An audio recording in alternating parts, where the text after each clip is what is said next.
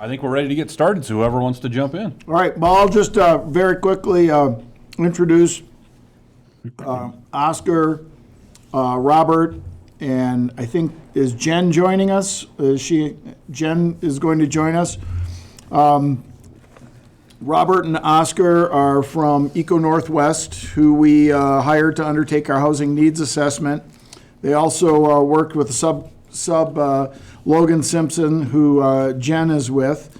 We've got some preliminary information for you this evening, and we're reviewing a draft report, but this is basically an update to bring you all up to speed on what they're finding in terms of the housing needs in the town of Silt. And with that, I'll turn it over to Robert and Oscar and Jen, and they can carry on.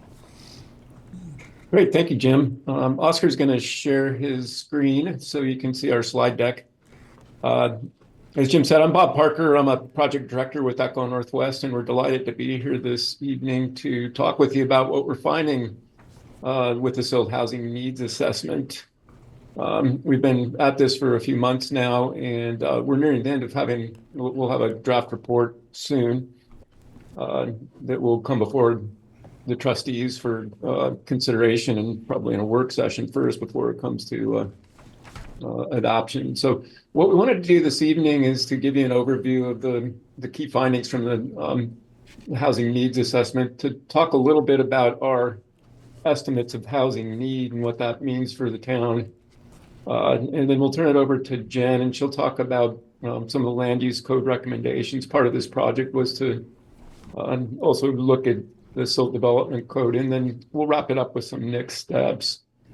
So just by way of context, next slide, Oscar. The town had several objectives for this study, and they're pretty standard for what housing needs studies look at. The first is to understand the current housing situation, what's happening in your community, how is that impacting your residents, what kinds of housing are being constructed, how much land you need, those kinds of things. To document housing gaps and identify housing needs. So who is not being served or who is having difficulty finding available or affordable housing, and how much housing will you need to accommodate growth over the next 10 years. And then the what if part of this is around policy and zoning code recommendations. So the study will lead to a set of actionable findings that the town will then need to move forward with, and we'll have a number of recommendations for you to consider in that. And finally, to comply with the new regulations in Senate Bill 24-174, which now require communities to produce and adopt housing needs assessments. And we've been working with staff on this, as well as folks from the Department of Local Affairs, to ensure that this study will be compliant with those requirements and address some of the new elements of that legislation, like having a water supply evaluation.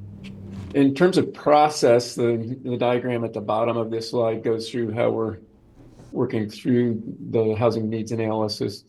The first part was to basically have a kickoff meeting with staff, get organized for the project. Task 2, which has been kind of ongoing, community and stakeholder engagement. So we've done a number of meetings and interviews through the process. We've conducted a community survey, which we're about to wrap up. And then we've got another workshop scheduled next week in Silt to go over some of the findings with your community. Task 3 was to do a review of existing plans and policies to really look at what you've got on the books now, and to use those as a foundation for identifying housing needs. Task 4, the big part of this for us, was the housing needs assessment and the forecast of need. And that's what Oscar and I will spend a fair amount of time this evening on. And then Task 5 is the land use code recommendations. And Jen Gardner from Logan Simpson is going to talk through those this evening. So we've probably got about 40 minutes of material to present to you all. We're hoping to leave ample time for questions and discussion at the end. So if you have questions, we ask that you hold them to the end unless there's something that is really unclear and needs to be clarified at that point. So at this time, I'm going to turn it over to Oscar from our team to go through some of the data. Thank you, Bob. So I'll be providing some key findings on SILT's housing needs assessment. This provides an overview on key findings on SILT's demographics, trends in population growth, household income, and housing affordability, and SILT's housing stock.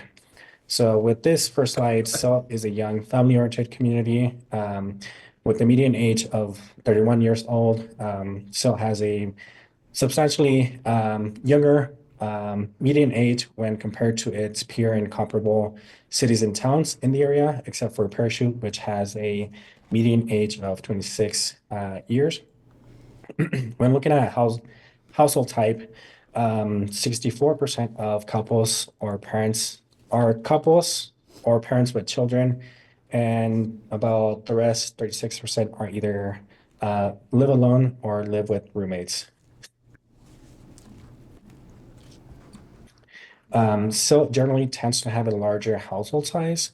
So when looking at the distribution of households by number of persons within each household, we can see that over time, in the past decades, SILT's household has grown, especially in those with 4 or more persons households. It has increased from about 29% in 2012 to 37% in 2022. The second largest household size in SILT is 2-person households. That makes up about 28% of households, and then 3-person households make up 20%, while 1-person households make up 15%.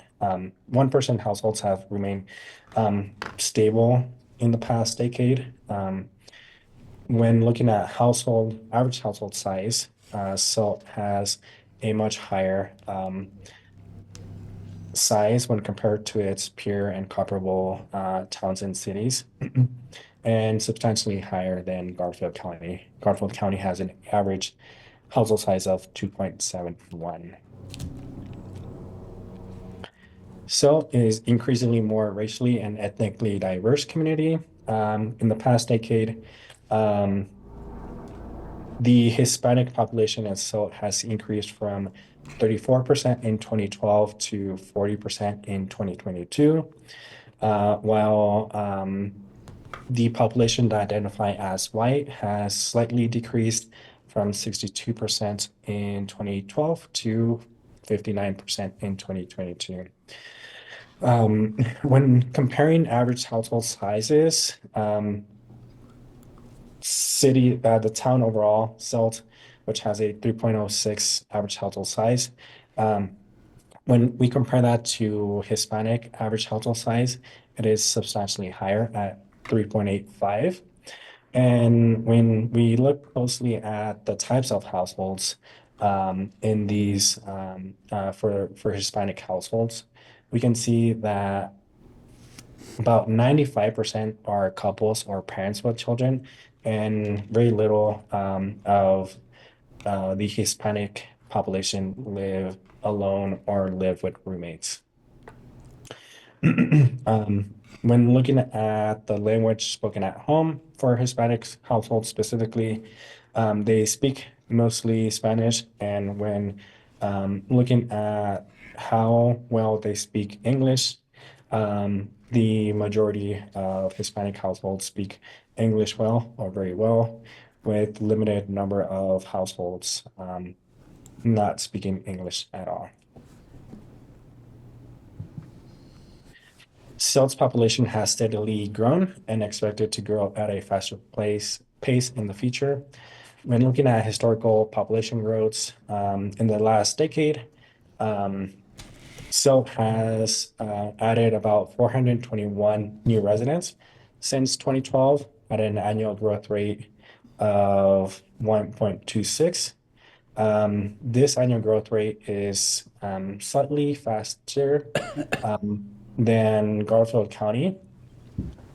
And looking into the future, population is forecasted to grow at a much faster growth rate. When looking at similar planning efforts, such as the Town of SILT's water treatment plant master plan, that plan has some forecast population growth rates of 1.65, considered low, and 3.7% annual growth rate, considered a median growth rate. And so from these growth rate scenarios, in 2035, Silt's population is estimated to be around 4,500 people to 6,100 people, depending on the low and median growth rates.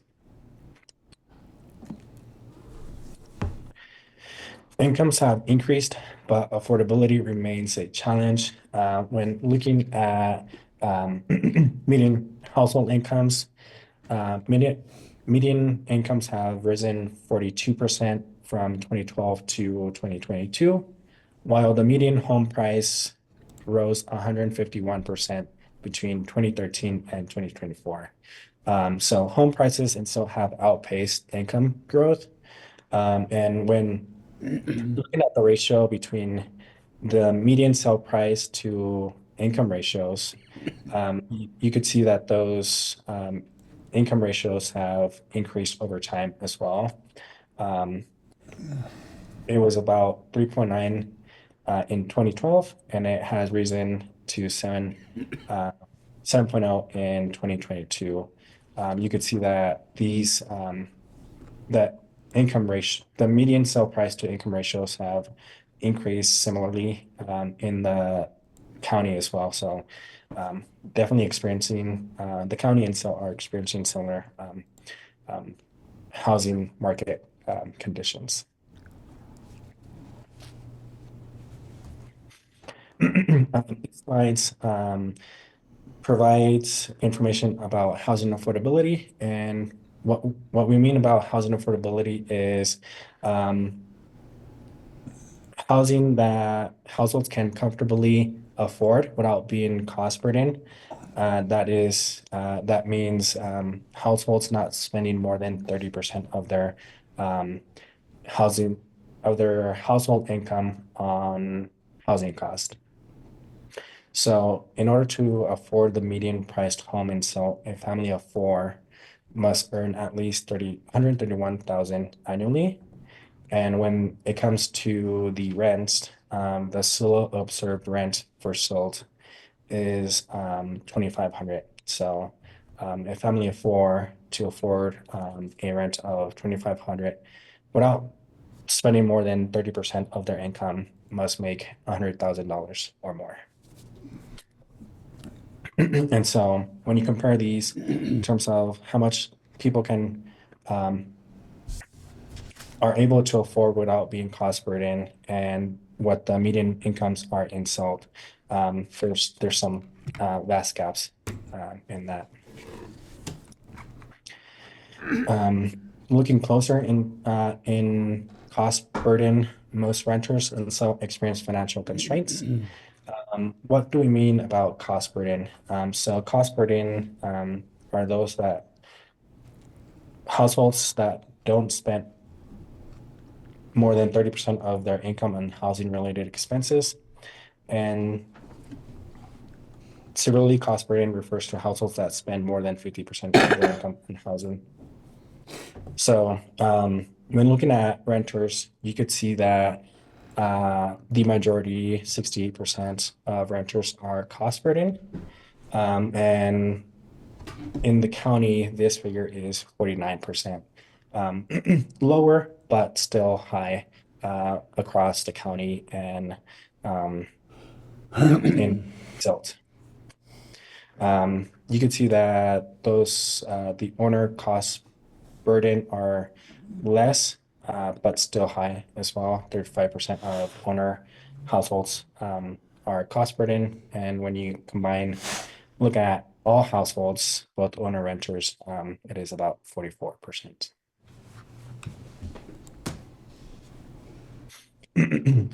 So it has a limited housing stock for renters and other households. And so typically within a housing market, you typically would like to have a diverse housing stock that provides different living arrangements for your households. That is having housing for a family of 4 or 3, being able to provide appropriate housing for single young adults to have their own unit, possibly in a apartment complex. Young couples to be able to move from an apartment complex to either a townhome or single family home when they start making their lives and having children, and different housing stocks for when families start to get older, and you have kind of like empty nesters in the community. So being able to have opportunities for them to downsize if they need to. And so having a diversity of housing provides for having appropriate living conditions and units for your households. And so looking at the housing stock for Silt and comparing it to the nearby cities and towns to Silt, you could see that Silt has a predominantly single-family home, detached home stock of 69%.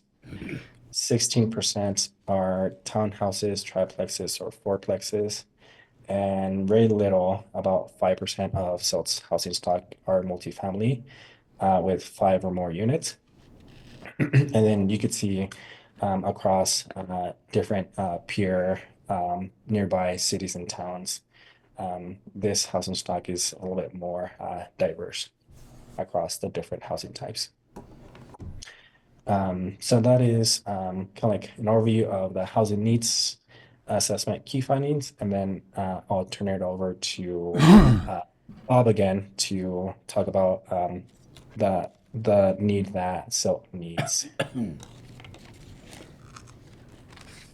All right, thank you, Oscar. So the next part of this, that was an overview of the data. There's a lot more information in the report that really digs into considerable detail on the characteristics of the community and your housing stock. The punchline of all this is estimating how much housing need the community has. And in the construct of how we do this, there's 2 components of it. One's called the catch-up need, and the other's called the keep-up need.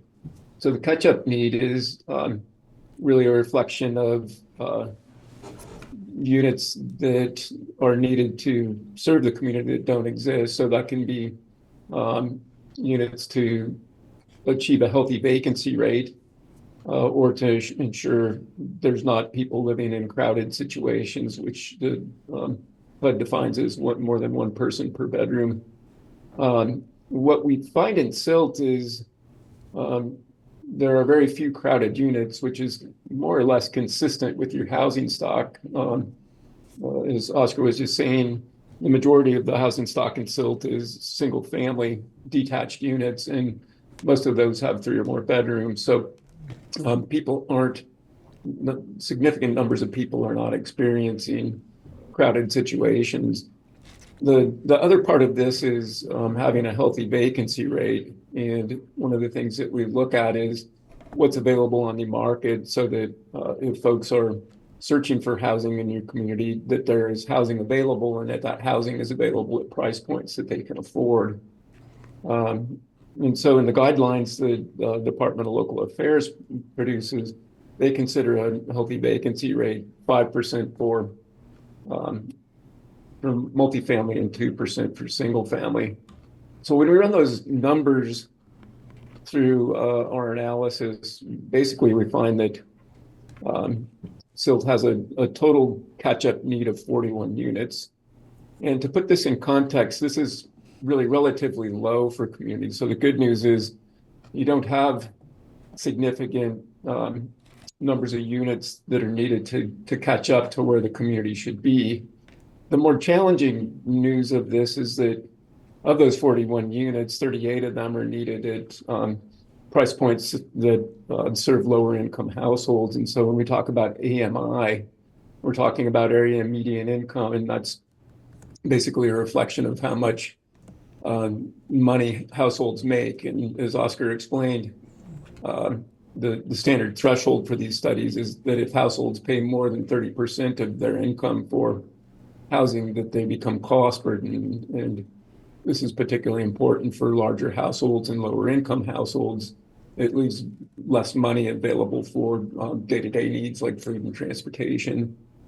And so the 38 units that are needed at less than AMI is it's a challenge for the community to look at, but it's not an impossible challenge for you to work through. Oscar, let's go to the next slide on the keep up need. So the keep up basically is built off of your your population forecasts. And for the purpose of this study, we used numbers out of the Silt Water Treatment Plan Master Plan so that the data in our study would be consistent with what you're planning for on the water supply side. And there's two scenarios in there. One that is a low scenario that has the town growing at about 1.65% annually over the next 10 years. And as Oscar mentioned, by comparison, over the past 10 years, you've grown about 1.26%. So the water supply master plan, even at the low level, is anticipating that silt will grow faster than it has in the past. The median estimate in that plan is 3.7%, which is a considerably higher growth rate. And the high growth rate is, I think, 7%, which we think is unlikely unless there's some kind of external pressure that comes to bear on silt. So we ran the keep up needs with the low and medium growth rates, and where we end up with on these is that silt will need a total of 308 units. Under the low scenario, that includes the catch up and keep up, or 775 units under the median scenario. And when we begin to look at that on an annual basis, that's somewhere between 27 and 74 new units a year, each year for the next 10 years. Based on data that staff provided to us, silt's been averaging about 20 units per year. So if silt were to grow at the rate that it has over the past 10 years, those 20 units will likely be very close to what the community needs to keep up with population growth. If silt begins to grow faster, then it will need units produced at a faster pace to accommodate that new growth. So that's the kind of key findings of your housing needs. And as we look at those needs by AMI, again, there's a substantial number of units that are needed for lower income households. And one of the key points of these housing studies is cities are obligated to plan for housing, but cities, for the most part, don't build housing. Silt doesn't build housing. It's not in the business of building housing. The private sector builds housing. And maybe the Garfield County Housing Authority builds a few units in your community, but the town of Silt is not building housing. So in terms of achieving housing needs, the market is primarily addressing those. And based on the analysis that we've done, the market is unable to provide housing units for that are affordable to lower income households. And so there's really two ways that governments can approach this. One is through the use of carrots, incentives, or the other is through sticks, which are typically thought of as regulations. And the city already regulates land use in the community through the zoning code, and that determines what types of uses, the kind of housing that's available, and to a certain extent, it can also affect the affordability of housing. There's a real cost to regulation. The National Association of Home Builders estimates that regulation adds about $93,000 to the cost of an average home in the United States. So that's not a trivial number.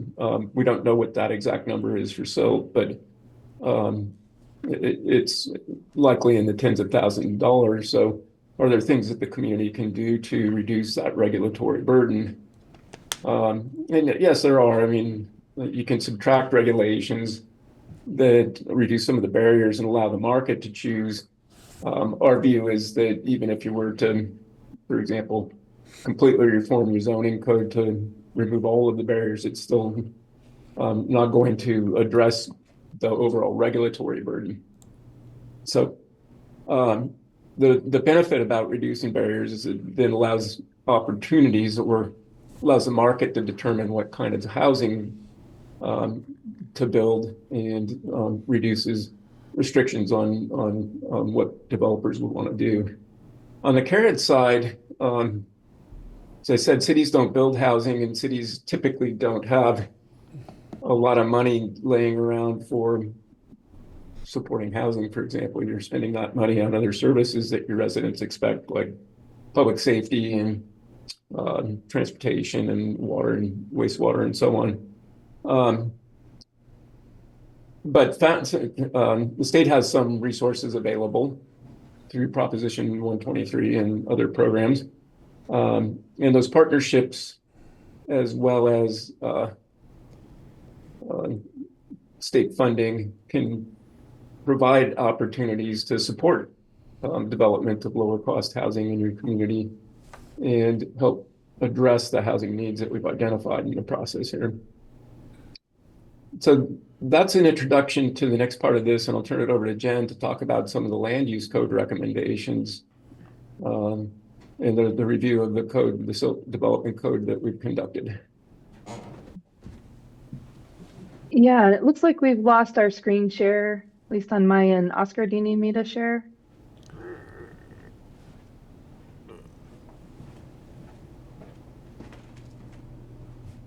Oh, while you're muted, by the way.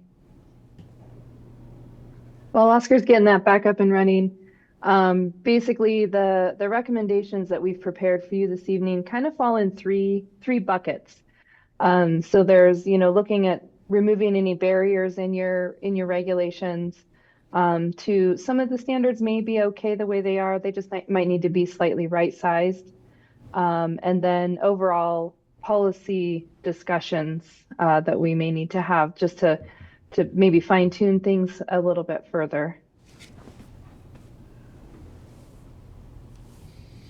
So, Oscar, do you want me to share?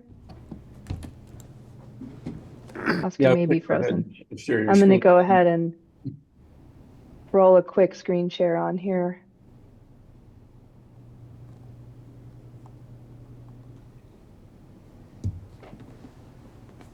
Get to the right slide. All right.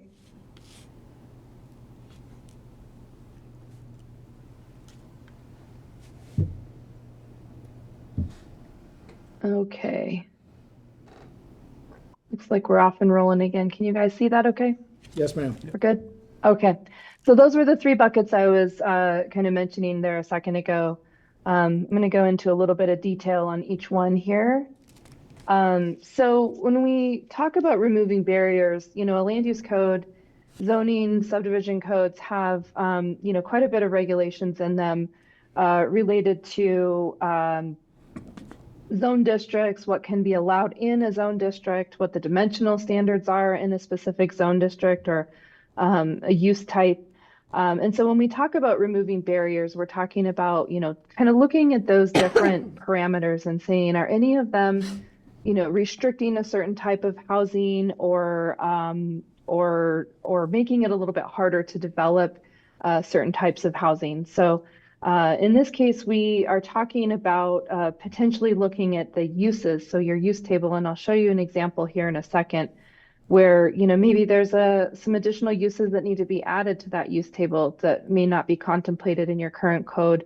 Or maybe it's a matter of looking at the existing uses and how they're being allowed throughout different zone districts. So we'll talk a lot, not necessarily tonight, but you'll hear the term missing middle housing quite a bit.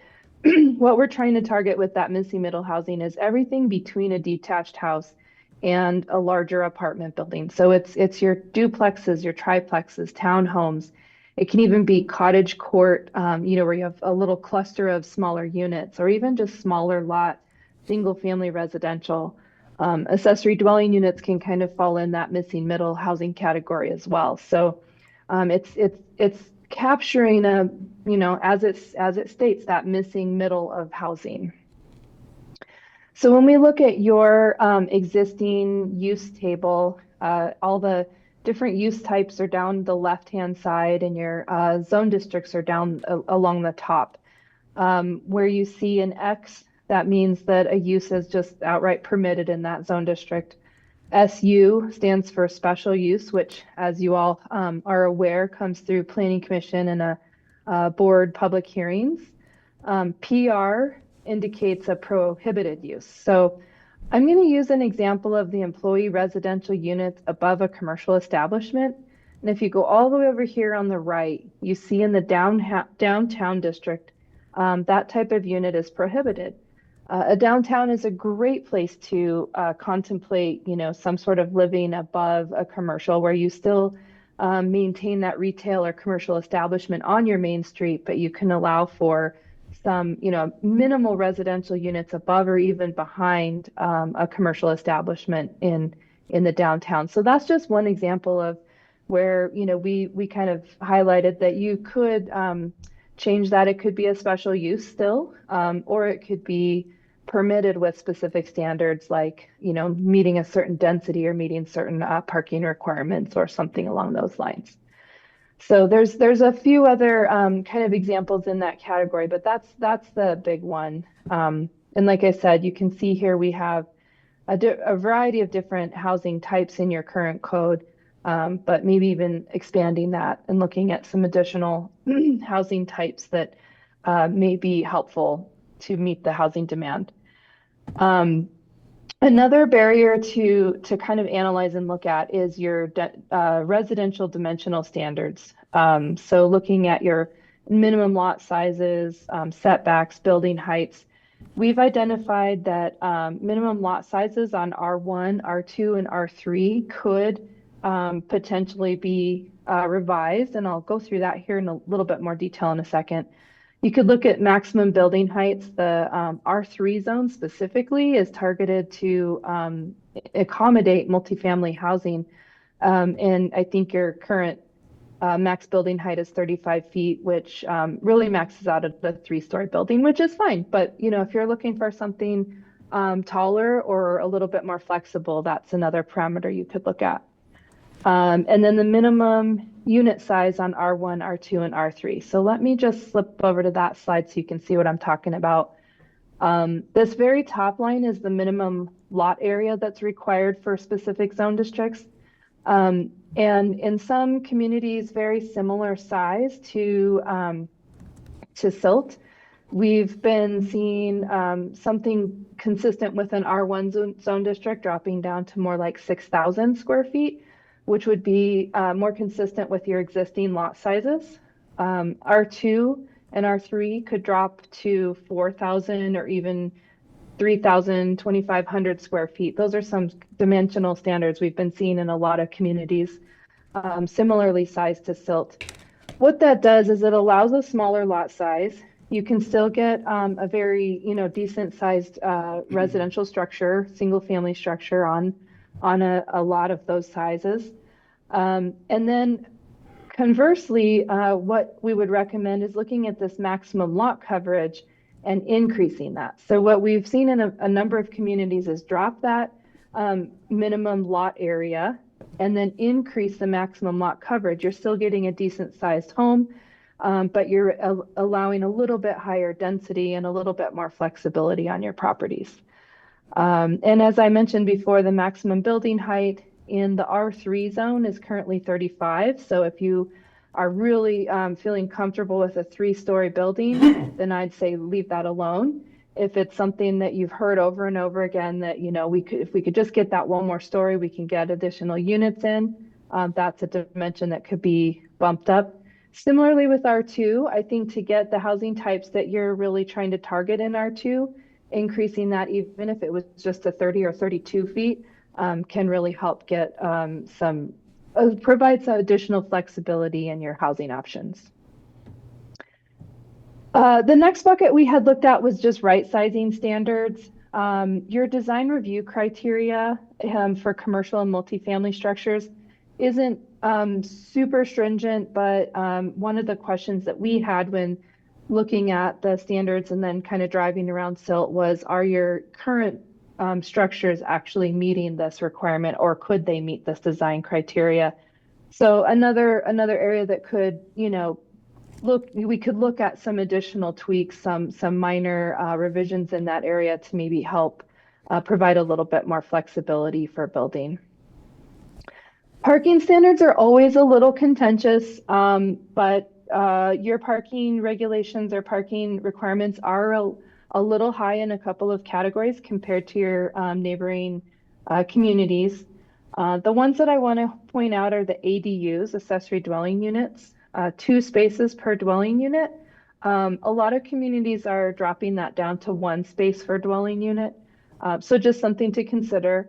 I think single family 2 spaces is fairly consistent. Duplexes 2 spaces is fairly consistent.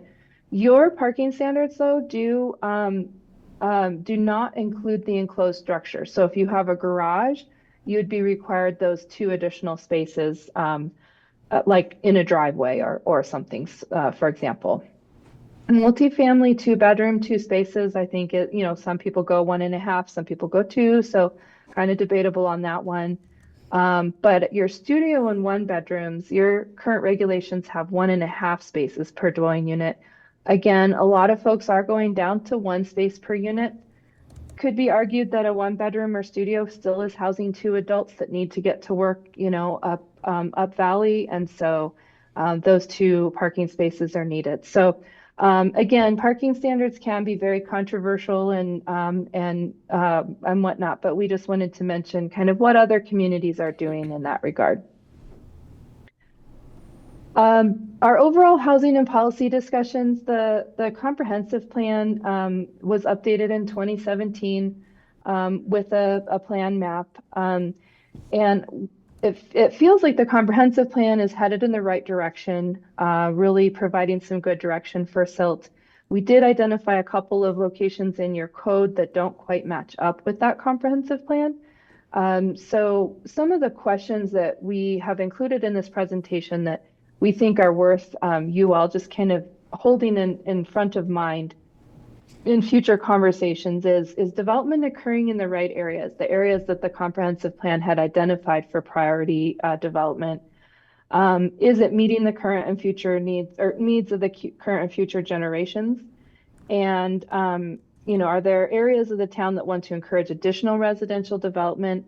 And then should there be a density bonus for deed restricted affordable housing? So Bob was talking earlier about some of the incentives. This is one really heavily used incentive in a lot of communities. And it's, say you're building in a small apartment building with a certain number of units, and you can work into your regulations that if, a certain percentage, say 10 or 15 or 20% of those units are deed restricted at or below a certain target AMI, say in this case 80%, since that's where your need really is, then you can get additional density. So if your density is capped at 16 dwelling units per acre, maybe it's that particular development can go up to 20 dwelling units per acre. So it's a really helpful tool to help get the deed restricted development at that lower AMI. And what I was talking about before with your comprehensive plan, you have 3 tiers of development. And I believe this tier 1 is the priority growth, which is right around the main town core. And as you all know, you're seeing growth more on the outskirts. So maybe providing some sort of incentives or starting to try to encourage more development in that tier 1 would be in alignment with your comprehensive plan. And then when I was talking about density earlier, your comprehensive plan contemplates up to 20 dwelling units per acre, specifically out in this mixed use neighborhood center. But the R1, R2, and R3 zone districts that are in your code only go up to 16 dwelling units per acre. So another thing to consider that when you can't quite reach that density that you're contemplating in the comprehensive plan, you may consider bumping that some density maybe in the R3 zone up to 20 units per acre. Otherwise, you end up with a lot of PUDs, which I see you have quite a few PUDs residentially and commercially in the town already. All right, I think that wraps up our land use code recommendations. Bob, I'm going to turn it over to you for some next steps. Yeah, go ahead and go to the next slide, Jen. And thanks for going over that. Just a comment about all those recommendations. Those are ideas that we put forth for consideration that need to be thoroughly vetted through the community. So we anticipate that you'll have more conversations before any action occurs on those. So what's happening next is we've got a community open house next week, March 5th, where we'll present the results of the housing needs analysis and engage residents in talking about housing needs in the town of Silt. We have a draft report that we have submitted to staff for review. They'll get us comments back, we'll address that, and then we will submit the report for consideration by the Board of Trustees, a draft report, take any comments you have, and then work those into a final report, finalize the land use code recommendations, and then we have arranged to send the draft report to the staff at the Department of Local Affairs to review it for compliance with HB 174. And right now, Silt may be the first community that is looking at submitting a HB 174 compliant housing needs analysis. And then the report will come before the Board of Trustees for adoption. And then you move on to the implementation phases of this. That's what we have for our presentation. We'd like to open it up for discussion at this point, or questions. If you have questions about any of the data or the process or other elements of the study, we're happy to answer them. Well, I have some questions, and I don't know if it's for you guys or for staff, but how many people actually filled out the housing needs assessment? And I remember at one time we were having issues getting the Hispanic community to do it. So did we get any more from We did. from them? Yeah, I'm trying to remember, I think there was like 60, 70 in the initial surveying. We've added another 50 plus in our outreach to the Hispanic community. Oh, okay. And we just actually sent the team another grouping of surveys that we received. Okay. And then my other question is, how much of the survey that did the citizens fill out, how much of that pertains to the report you guys did? Right now, we haven't incorporated the survey results into the report. It's mostly based off of secondary data sources, but we will be updating the report consistent with the survey, as well as other public input that we received in a set of workshops that we did last year, and this workshop coming up on next Wednesday, when we hope to get some feedback also on the recommendations, the code recommendations. So that will be forthcoming.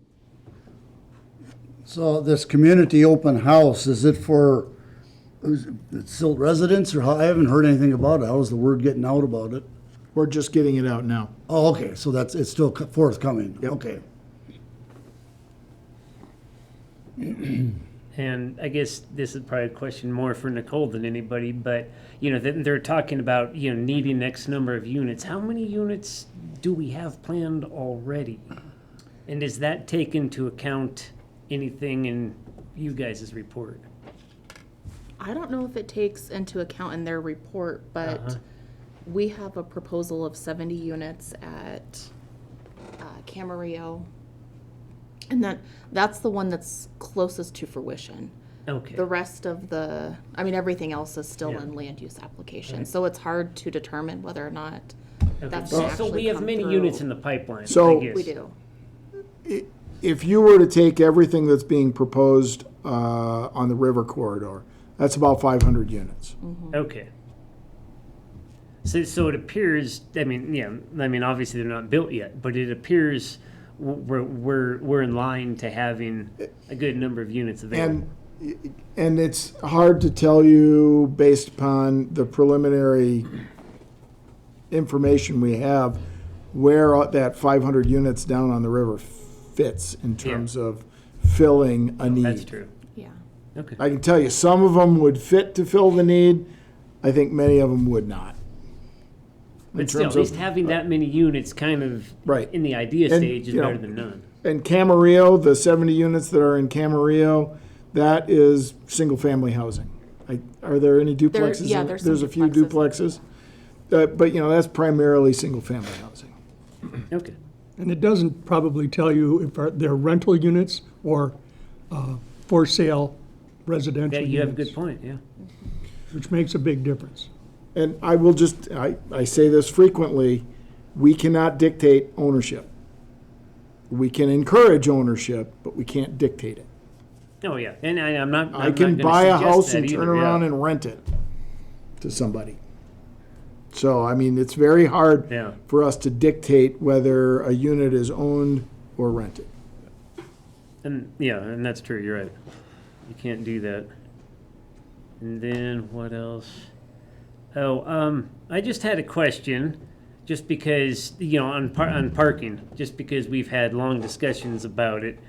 Where are you getting, how you say, the parking for single family and duplex is unusual. How do you get that? Because all I kind of heard in the report was, well, based on your neighbors.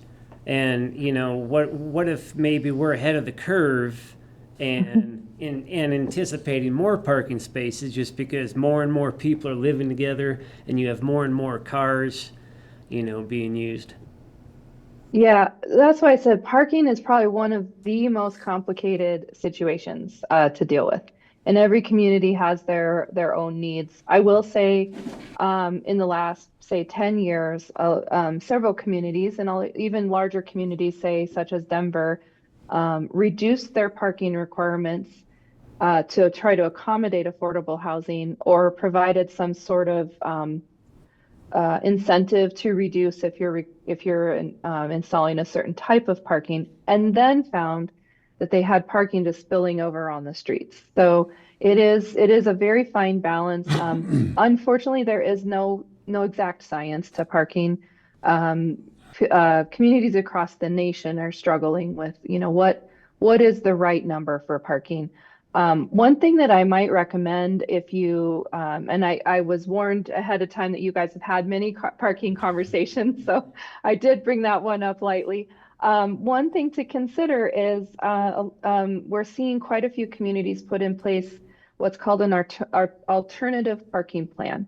So say you're doing a larger development and or you're age restricting, or you're working through a car share program. I'm not sure. I'm just throwing out kind of ideas. You could propose an alternative parking plan and say the requirement is 2 spaces per dwelling unit, but because of X, Y, and Z, I'm proposing to only include 1.5 spaces per dwelling unit, or something like that. So you could leave all of your parking standards the way they are and incorporate just a very simple alternative parking plan or shared parking requirements or options. So, if you had shared uses where you have a daytime use and a nighttime use or something, they can share the same parking areas. So, there's many options that don't all include just reducing or increasing the parking requirements. Oh, okay. All right, thank you. Yeah. Question for Nicole. West of town, west of the lumber mill by Euclid and Highway 6, that big chunk, that's still county, isn't it? That is county. Okay, I couldn't remember. I think we asked one way time and I forgot, so Yeah. I didn't know if that had ever got annexed in or not, so. Nope.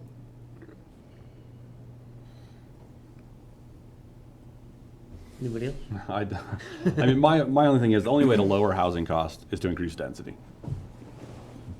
That's the only way to make it happen. You cannot build a single-family home cheaper and sell it cheaper. The only way to increase the low-income housing is to increase density. And that's a decision the board of this town has to make. Do we want to increase density? Or do we not want to continue to be the bedroom community that serves everybody else?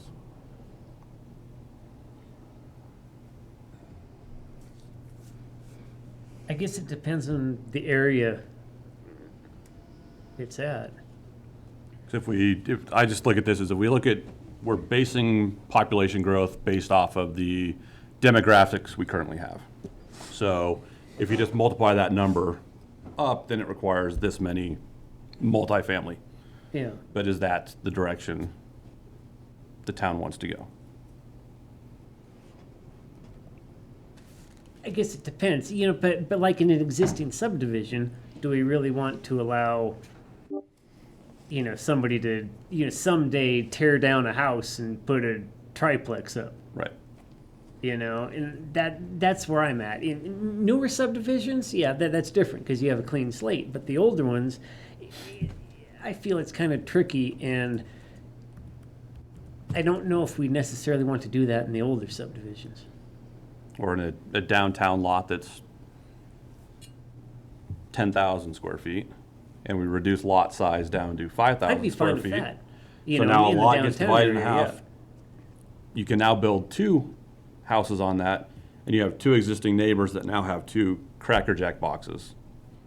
But and we wouldn't Stacked have to do next that everywhere, though. Like, No. we could have Yeah. a diverse portfolio of housing areas, right? So what, big houses over here and small ones over, but something that sort of reflects the needs of our residents more, which it sounds like the family home is what we want, rather than like crammed in apartment Crammed in buildings. apartment So buildings. that's nice to hear, I guess. Yeah. That's why it would be important to keep up with the master plan, what we have envisioned for the town, what areas we envision, what types of homes. Even if that plans changes over time, it's important to have it in front of us so we are not just changing our ideas all the time, following just the demand, but we are following the vision. So just having that master plan in front of us and see what that looks like, what we see so in 10, 20, 30 years, and try to keep following that plan the best we can. Yeah. But then, based what you said, when I go walking around town, especially in the downtown area, I see bigger lots, and I'm like, well, shoot, you could divide that in half and put a little house right here. So, I mean, There's a yes to that and there's a no to that. Yeah. And that got to some of the barriers that we've put in place to actually build that small house. That our architectural design standards can be pretty difficult to achieve at a small lot. It's not a problem if you're Yeah. looking at, a 6,000 square foot lot and you're putting up a 2,500 square foot home on it. But when you're talking about maybe that 1,000 square foot home, our design standards get difficult. yeah. And I was looking for it during the presentation, but I forget, what are the standards? Don't you need like 5 or 25 7? points. You need 25 points. Okay. Architectural design. Okay. But each one, like a covered porch, is X amount of points, correct? Yeah, they range from like 5 to 10. It's in 17.43. Okay. So I just wasn't looking in the right But place. that's one of the recommendations is for Yeah. us to really look at those design standards, and maybe there are different design standards for different zoning classifications Yeah. and different densities, so that when you do have a small lot, you don't have quite the point burden or burden to get to a certain level. Okay, yes, and the only reason I'm asking this is because back when I was on P&Z, we had discussions about the whole point system and things like that, and I was always going, well, it's not that difficult? I know I'm probably going against a lot of people, but I was like, well, it isn't that difficult to get all these points if you It just. depends on though the size of the lot that you're trying to fit a house on. I know a young man in this town, actually he's not that young, but he's building a house where he took out basically an old trailer is what it was. Uh-huh. And he's building a stick-built house because he builds houses. That's what he's done professionally. Yeah. But for him, because of the length and the size of his lot, getting to those architectural things was a challenge. Yeah, gotcha. But you know, And something he's had like a lot of wainscot challenges. is But he's also worked with the town a bunch, and he's Uh-huh. moved along. He's been able to, but a lot of it, I will tell you, is begrudgingly because it's basically well, it's what I have to do is what I have to do. But it definitely increased the cost of his home. And I think, so there's the increased cost of the home, but then there's that. Yes. putting a design feature in that might not necessarily meet what the house looks like. Yeah. And it actually ends up detracting from the end product, just because you had to have that Yeah. extra point. Yeah. Those are the things that I think when we get to the next phase, the recommendations are, we really need to have a Yeah. solid discussion about what makes sense and what doesn't make sense. And I agree. If it and needs I to be think- changed, by all means, Yeah, let's change it but to I, make it but better. I think, we've got some recommendations of some things that we need to look at that ultimately can help us perhaps reduce some of the barriers to some of these smaller homes and some of that more affordable home to being able to be constructed, as opposed to cost burdening them out. I mean, you've heard me talk about it before, but just before you even get out of the ground, between the federal government, the state government, and the town of Silt, it probably costs somewhere between $80,000 and $100,000 between our local impact fees, our local I believe it, yeah. utility connections. Then you get to the energy code and the building code.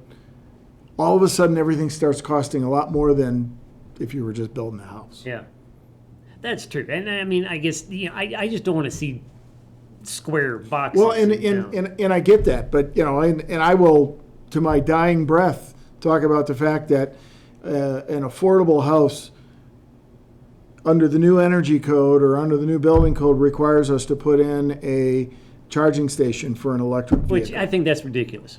So The people that are buying an affordable house aren't buying electric vehicles. exactly. Yes. But that's an added cost onto. No, you're absolutely right. Develop- If you're buying an affordable house, you're not buying. So I mean, these are the barriers that government has created. Yeah. And I think part of this discussion is to get to the point where we say, all right, what barriers can we remove? Like the zoning code, we have all these prohibited uses. Maybe we need to rethink about some of those uses and what works and what doesn't work, while protecting some of the larger single-family home areas so that they don't get a house torn down and a threeplex put up, those kinds of things.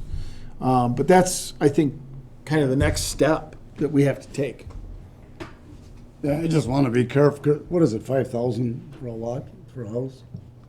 Or depending on the zone district. Yeah, but so, I mean, I just want to be careful, like my place, I could tear my house down and put 3 houses in there, because I got 15,000 square feet. Well, I don't want to put that in the neighborhood.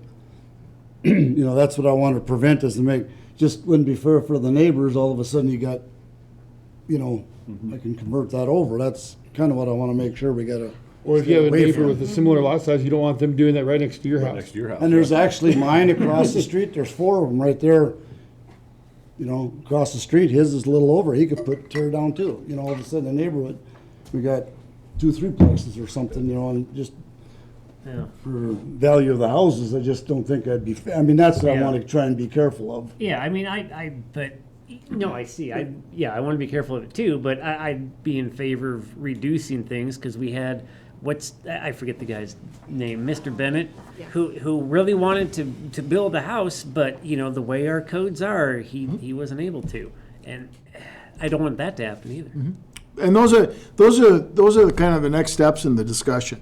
I mean, I think we all know that this is a first step to looking at Chapter 16 and 17 of our code, but then also looking at our comprehensive plan and updating it. This is a component to all that work. So I'm going to recommend that as part of the next step for those provisions that have been identified by the consultants, we also go back and pull the packet materials from when these various code provisions were implemented. I've been with the town for 15 years now. And many of the code provisions that have been brought up were implemented because of problems that were created by previous development applications. For example, the town had begun to be a repository for very minimal architecture, prefabricated houses that did not produce the community feel that the prior members of this board wanted to see happen. And that's why you have the architectural guidelines that you have today, is to prevent, Silt from being kind of a dumping ground for very cheap looking housing.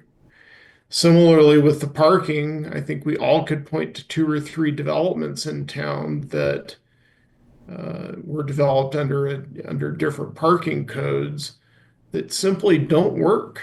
And we have to recognize that in Silt, we have a large number of tradespeople that have trailers, they have large trucks.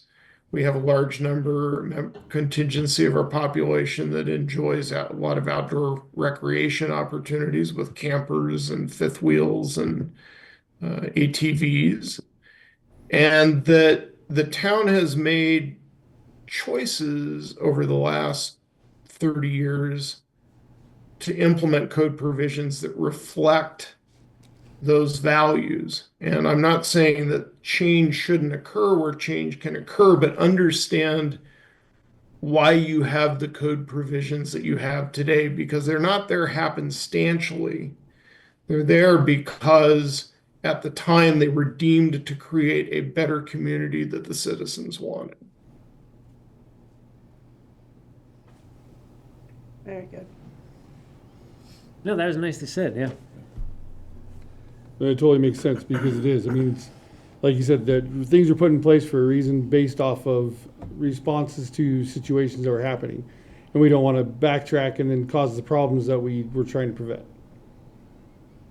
But then again, we can also look at those problems and what they were and say, is that consistent with what we have going on today? And is there some middle ground that we can come to on some things?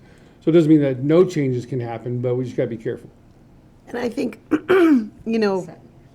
giving the different areas, I think this is all really good food for thought, and for example, where we're prohibiting residential units above the commercial establishment downtown, that to me seems like something, I mean, that's a downtown area. We wouldn't want that obviously in a residential area. That wouldn't make any sense. But so we have these different defined areas, and in a downtown area, we want to have different standards, a lot more higher density, probably things like that. But so that's an example of something where I think, this just gives us a lot of discussion and work to do, or, deciding if we want to change something or not. I guess just one quick thing while Nicole is here. So that the residential units above commercial establishments is allowed, but this is specifically employee residential units. Because we can have mixed use. We have Because there's mixed use downtown. mixed use Yeah, downtown. There's yeah. apartments I see. above the Apartments businesses. above all of the business Business. zone districts are allowed. Are allowed. This Yeah. is just specifically for employee housing only above residential? No, I think what they had highlighted was the downtown mixed use district. Okay. So that's where it was. Is that correct, Jen? Do you have that pulled up? I do, and I'm looking at your code right now to assess this a little further. I may have to circle back to that question, but that was what we were looking at, yes. Yeah, so the downtown mixed use is just an overlay over top of an R2 zone district that would potentially allow some form of commercial use within that. And it's like just the block above, really coming up to Home and kind of going down 9th Street a little bit more. But that would allow the potential for a commercial use within that zone district. But it would have already been approved for residential, use. Yeah.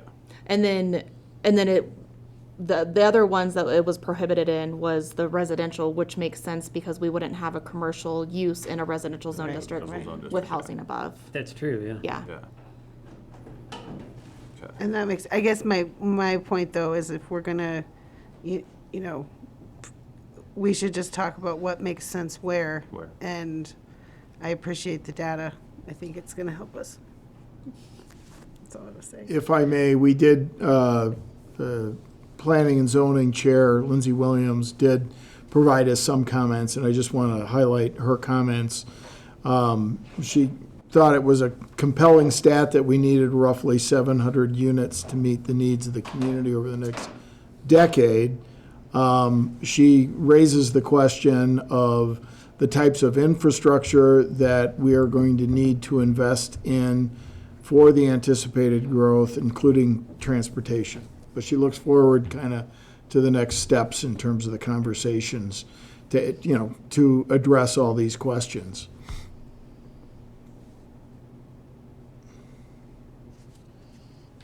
Okay.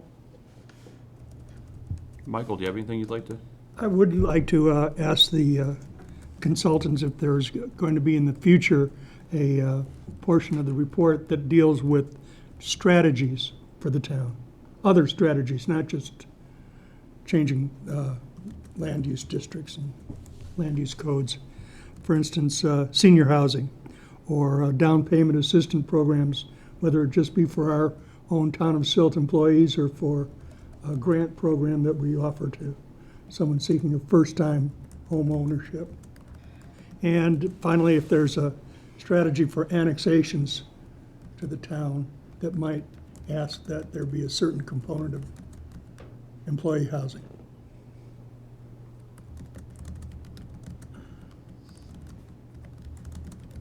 Well, I'll respond to that since you directed it to the consultants.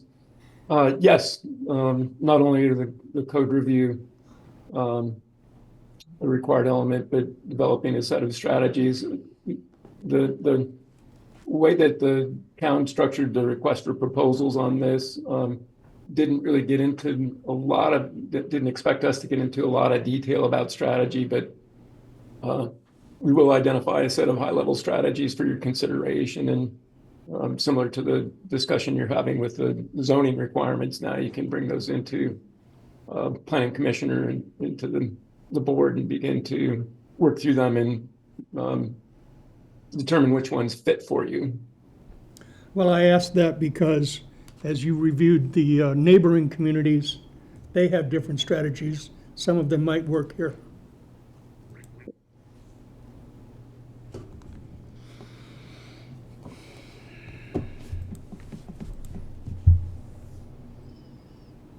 Okay. I agree. I think it's yeah. a good first steps. See what comes. Yeah. with Is the there anybody finalization. else on P and Z who's like on the Zoom or anything?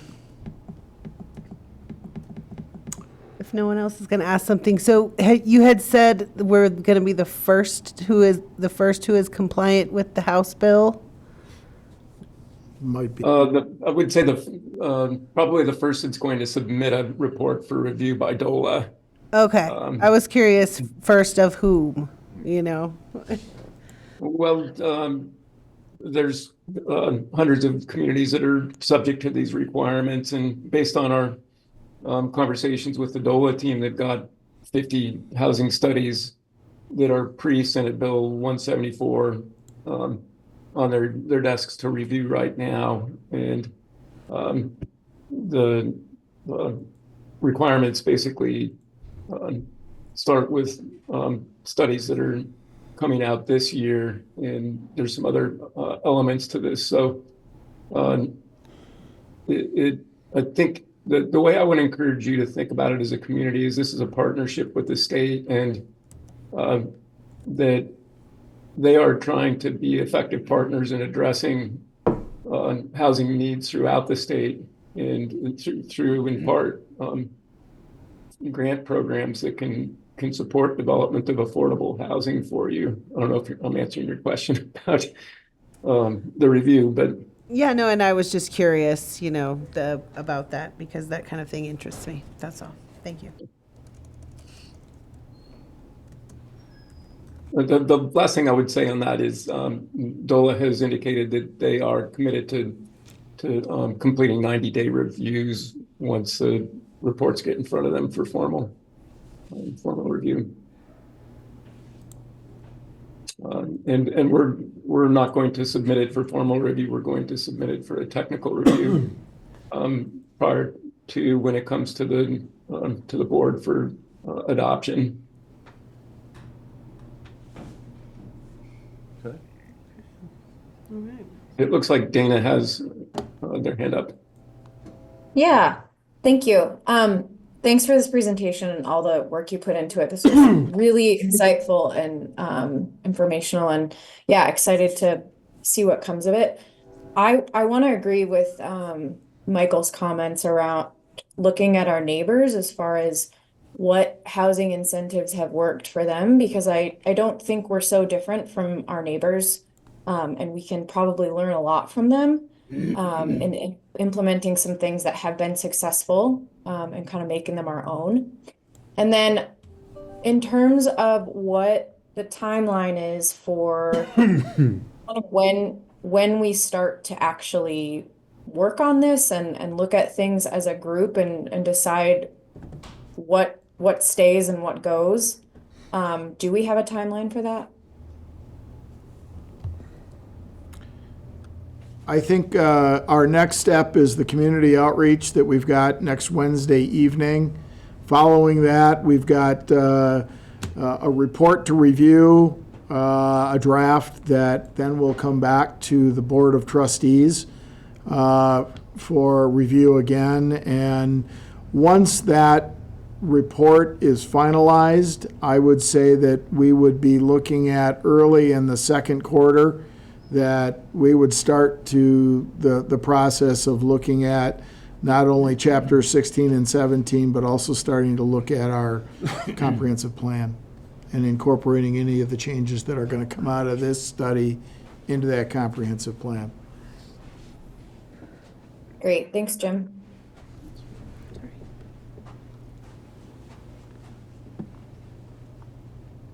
Okay. Sadly, quarter two is right around the corner. Right around the corner. It's not that far away, yeah, so. Few days. Okay. Yeah, a month. Yeah. A month away? March. Yeah. Month away. Yeah. Okay.